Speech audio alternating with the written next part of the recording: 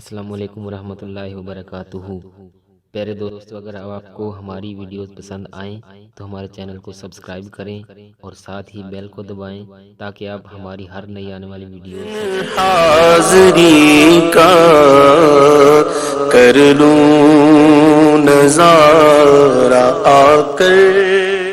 Welcome back ناظرین، آپ دیکھ رہے ہیں پروگرام کیو ٹائم اور میرے ساتھ تشریف فرما ہیں آج کے ہمارے مہمان علامہ کوکب نورانی اوقاڑوی صاحب، جن سے ہم گفتگو کر رہے ہیں۔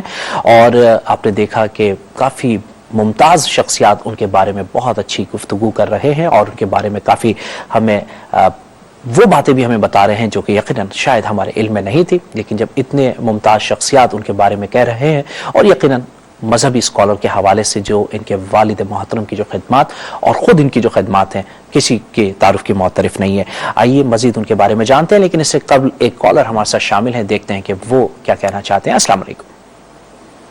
السلام علیکم۔ السلام علیکم۔ ہلو۔ ہیلو، السلام علیکم۔ وعلیکم السلام سر، کیسی طبیعت ہے؟ الحمدللہ فرسٹ سر، کلاس۔ علامہ صاحب کا کیا حال ہے؟ ٹھیک ہے علامہ صاحب بالکل فرسٹ کلاس ہیں، آپ کے سامنے آپ کی اسکرین پہ موجود ہیں۔ اچھا سر، میں عرفان بات کروں کراچی سے۔ جی عرفان بھائی اچھا فرمائیے۔ سر، میرا سوال یہ تھا کہ میں علامہ صاحب سے ملنا چاہتا ہوں۔ جی بالکل بتاتے ہیں وہ آپ سے کہاں مل سکتے ہیں۔ میں روزانہ بیٹھتا ہوں اب جامع مسجد گلزار حبیب میں مغرب اور عشاء کے درمیان، جو بھی ملنا چاہے بات کرنا چاہے وہاں رابطہ کر لیں۔ ٹھیک ہے جی، بہت شکریہ جی، آپ نے ہمیں کراچی سے کال کیا۔ اب علامہ صاحب ہم نے بات کرنی ہے کچھ وہ چیزیں جو کہ یقیناً آپ کے درس و تدریس کے حوالے سے آپ نے ماشاءاللہ کافی کتابیں لکھی، انگریزی اور اردو میں کافی کتابیں لکھی، جی۔ تو ان سب کا تعلق کیا سبجیکٹس پہ آپ لکھا کرتے تھے زیادہ تر؟ میں نے شروع میں جس طرح حضرت علامہ سید حامد سعید کاظمی صاحب نے ذکر کیا، ادب سے تعلق تھا، سفر نامے لکھے، افسانے لکھے، پتہ نہیں تک بندی کی حد تک شاعری بھی کی، اور پڑھا زیادہ ہے، بہت پڑھا ہے، اللہ کا شکر اس کو۔ لیکن یہ کہ میں کوئی اپنے آپ کو عالم نہیں کہہ رہا ہوں، پڑھا زیادہ ہے، ماشاءاللہ استفادہ بہت کیا، اور ہر زبان میں اور ہر ٹائپ کو خشک سے خشک کتاب بھی پڑھی ہے۔ آپ کی کتابوں میں حضور صلی اللہ علیہ وسلم کے اسوہ حسنہ پہ بھی ماشاءاللہ آپ نے بڑی کتب لکھی ہیں۔ میری بنیادی اب دو چیزوں پہ توجہ ہے، کیونکہ یلغار ہے، ہمارے لوگ بنیادی طور پر سب چیزوں سے آگاہ ہوتے ہیں، اپنے بنیادی عقائد سے یا اپنی جو مسلمان کی ذمہ داری ہے یا ایمانی حیثیت اس سے آگاہ نہیں ہے۔ صحیح۔ کوشش یہ کی ہے کہ لوگوں کو گمراہی سے، بد عقیدگی سے، بد مذہب یعنی یلغار سے بچایا جائے۔ بالکل ٹھیک۔ اور جو میری پوری زندگی کا مشن ہے، ایک تو یہ کہ ایمان کی درستی ہو اور رسول پاک صلی اللہ علیہ وسلم سے نسبت پختہ ہو، بے شک۔ یہی میرے دو ٹاپک ہیں۔ اچھا یہ بتائیے گا کہ آپ نے کتنے ممالک کا دورہ کیا؟ گنتی کروں تو تقریباً 50 بنتے ہیں۔ اچھا جس میں تو کافی براعظم کور ہو گئے، 5 براعظم بر اعظم آ جاتے ہیں، بلکہ چھٹے کا بھی کچھ حصہ آ جاتا ہے۔ جب آپ وہاں جاتے ہیں حضرت صاحب تو وہاں کیسا رسپانس ملتا ہے؟ وہاں لوگ بڑی طلب ہوتی ہے، بڑی جستجو ہوتی ہے وہاں کے لوگوں کی۔ بعض ملکوں میں واقعی لوگ بہت پیاسے ہیں، بعض جگہ پر بہت کم، مثلا یہ کہ ایک جزیرے میں گیا تو وہاں ٹوٹل 2500، یعنی محفل میں 25 آدمی بھی نہیں ہیں، وہاں اس 25 آدمیوں کو جمع ہونا ہی بہت بڑا اجتماع سمجھا جاتا ہے۔ لیکن کبھی یہ محسوس نہیں کیا کہ اس علاقے میں جا کے، بس یہی کہ اگر اللہ تعالیٰ نے موقع دیا ہے، اصل میں آپ کو ایک بات بتا دوں، دین اللہ کا ہے، بے شک وہی اس کی حفاظت کرنے والا ہے۔ مجھے یا آپ کو یا جس کسی کو جو صلاحیت ملی ہے، ہم اس کا صحیح طور پر دین کے لیے، ملت کے لیے اس کو لگا دیں، یہ ہماری ذمہ داری ہے۔ ہم یہ نہیں کہ ابھی ہماری وجہ سے دین بچے گا، دین اللہ نے بچانا ہے۔ ہم تو شکر کریں کہ ہمیں اللہ نے کچھ صلاحیت دی، ہم اس صلاحیت کو دین کی خدمت میں لگا رہے ہیں یا نہیں لگا رہے، یہ ہماری ذمہ داری ہے۔ بالکل جی، بات کرتے ہیں، ایک کالر ہمارے ساتھ شامل ہوتے ہیں۔ السلام علیکم۔ وعلیکم السلام۔ جی بہن فرمائیے۔ میں غفرانہ صدیقی بات کر رہی ہوں نوابشہ سے۔ جی فرمائیے۔ مجھے علامہ صاحب سے 2 سوال کرنے تھے۔ جی ضرور پوچھیے۔ پہلا سوال یہ کہ جس علامہ صاحب نے قرآن شریف حفظ کیا اس وقت ان کی عمر مبارک کیا تھی؟ اور دوسرا یہ کہ طالب علمی کے دور میں دنیاوی تعلیم اور دینی تعلیم کس طرح مینج کی ہیں، کتنی مشکل ہوئی یا نہیں ایزیلی ہو گئی،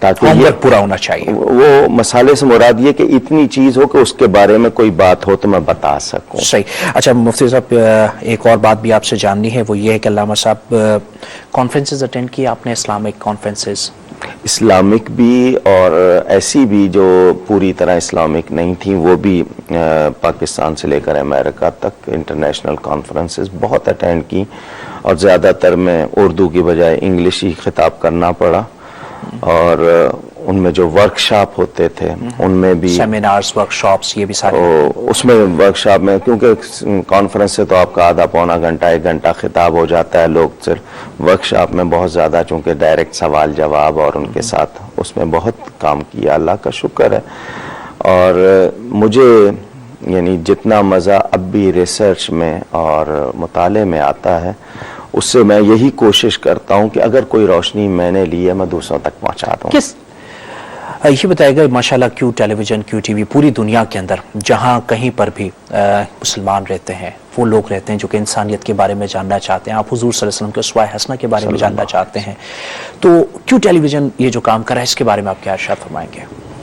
آپ شاید مجھے نہیں معلوم کب سے وابستہ ہیں، پہلے ARY ڈیجیٹل تھا، اقرا کے نام سے میری 600 پروگرام ابتدا میں، بلکہ یوں کہیے کہ کیو ٹی وی کی ابتدا یوم حج پر 9 گھنٹے کی لائیو ٹرانسمیشن میں نے کی ہے، یعنی ابتدا کے ان میں ان لوگوں میں ہوں. اس میں بات یہ ہے جلسہ میں جائیں 1 لاکھ 2 لاکھ 50,000 10,000 500 جلسوں میں یہ گھر گھر پہنچ رہا ہے.